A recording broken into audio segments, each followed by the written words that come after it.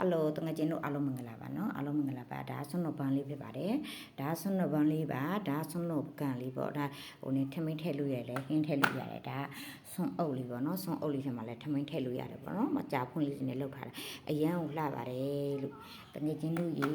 ဒါတတ်တော်ရေခွက်လေးပါတော့ဒါတတ်တော်ရေခွက်လေးပါဒါတတ်တော်ရေခွက်လေးပါလူချင်းနဲ့လူစီရင်မှာယူလို့ရပါတယ်ပေါ့နော်အခုဆိုရင်အမအကောက်တော့မှရှိတဲ့တငယ်ချင်းတွေပေါ့နော်အမစီမှာဖော်လို့လုပ်ပြီးတော့လူကျင်တဲ့ပစ္စည်းတွေမှာလို့ရပါတယ်လို့အမပြောချင်ပါတယ်ဒါလေးတွေကဖျောင်းတိုင်လေးတွေပါဆွန်အုပ်ဖျောင်းတိုင်လေးတွေပါဗောနော်ဆွန်အုပ်ဖျောင်းတိုင်လေးပါဒီမှာဆွန်အုပ်တွေပါနော်ဆွန်အုပ်ဖျောင်းတိုင်လေးပါဒါလေးကအဖြူလေးဗောနော်ဒါလေးကအဝါလေးနော်ဆွန်အုပ်ဖျောင်းတိုင်လေးပါနော်အထုံးခန့်တယ်ဗောနော်တနိုင်အထုံးခန့်ပါတယ်အမထုံးထားတယ်နော်အမထုံးထားတာကြာပြီနော်တနိုင်လောက်ထုံးခန့်ပါတယ်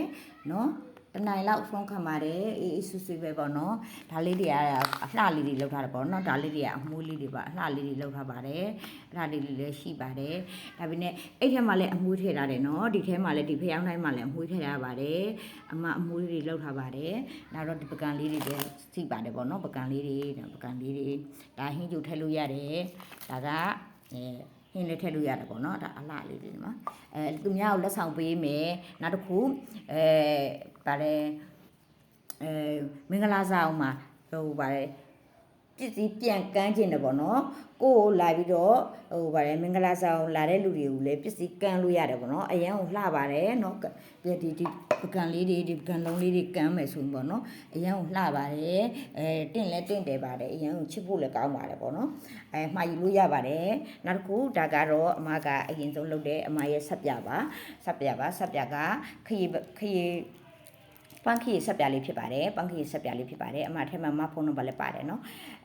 ဈေးကအမကတ်ထားတယ်ဈေးကအမကတ်ထားပါတယ်နော်အခုက